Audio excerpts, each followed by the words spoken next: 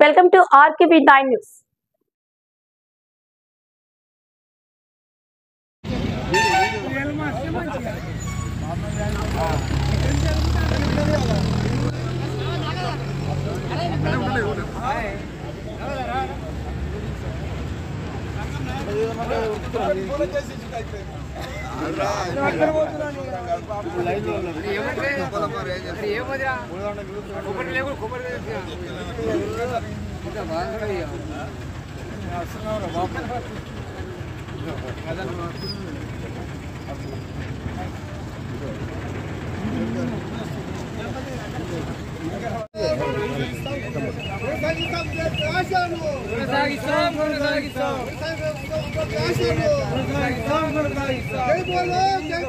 जय बोलो अम्बेडकर को जय बोलो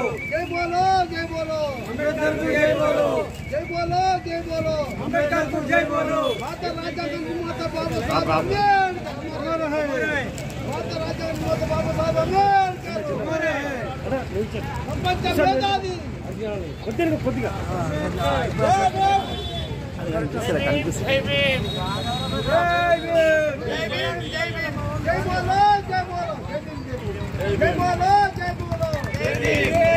అలా బొమ్మ కనిపిస్తారే మీ పక్క సైడ్ తిరిగి బ్యాక్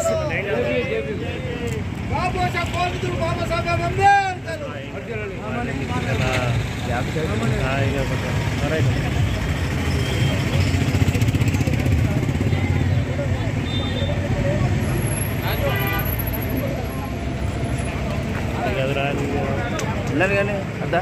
ఆపేయండి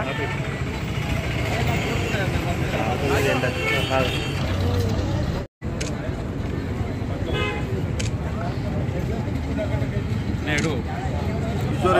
బాబాసాహెబ్ అంబేద్కర్ జయంతి పురస్కరించుకొని ఇక్కడ విచ్చేసినటువంటి మా పార్టీ కార్యకర్తలకి అలాగే పెద్దలు మా మిత్రులు కాంగ్రెస్ పార్టీ నాయకులు బిల్లా రామ్మోహన్ గారికి అలాగే మా గ్రామ పార్టీ అధ్యక్షుడు కిషోర్ గారికి అలాగే ఎస్సీసీల అధ్యక్షుడు మోహన్ గారికి మరియు ఇక్కడికి విచ్చేసినటువంటి రాజగౌడ్ గారికి లక్ష్మీనారాయణ గారికి విజయ్ గౌడ్ గారికి అందరికీ కూడా పేరు పేరున చిన్నయ్య గారికి ఈ యొక్క జన్మదిన శుభాకాంక్షలు జయంతి శుభాకాంక్షలు తెలుపుతూ నేడు వారి తండ్రి గారైన రామ్జీ తల్లి గారైనటువంటి భీమాబాయిని కూడా మనం ఇవాళ గుర్తు చేసుకోవాల్సిన సందర్భం. ఎందుకంటే మన భారతదేశానికి ఇంత మంచి నాయకుడిని ఇచ్చినటువంటి వాళ్ళకి ఇద్దరికి కూడా హృదయపూర్వక ధన్యవాదాలు తెలియజేసుకుంటూ అలాగే తన పుట్టిన 6 సంవత్సరాలకే తల్లిని కోల్పోయినప్పటికీ ఎక్కడ కూడా బాధపడకుండా నిరుత్సాహపడకుండా ధైర్యంతో బారిస్టర్ వరకు చదువుకుని ఈ దేశానికి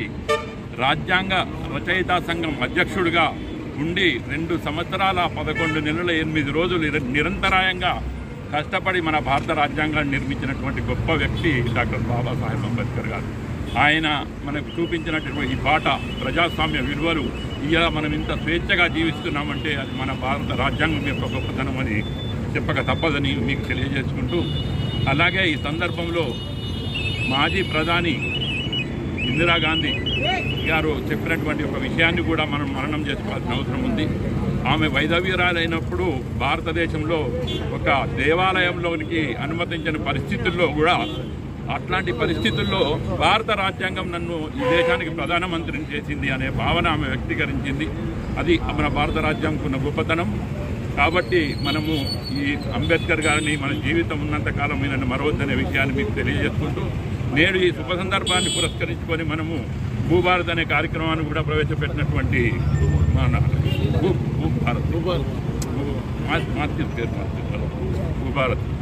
భూభారతి ప్రోగ్రామ్ని ఇంట్రడ్యూస్ చేసినటువంటి మన పెద్దలు సీఎం గారికి అలాగే ఈ అంబేద్కర్ జయంతి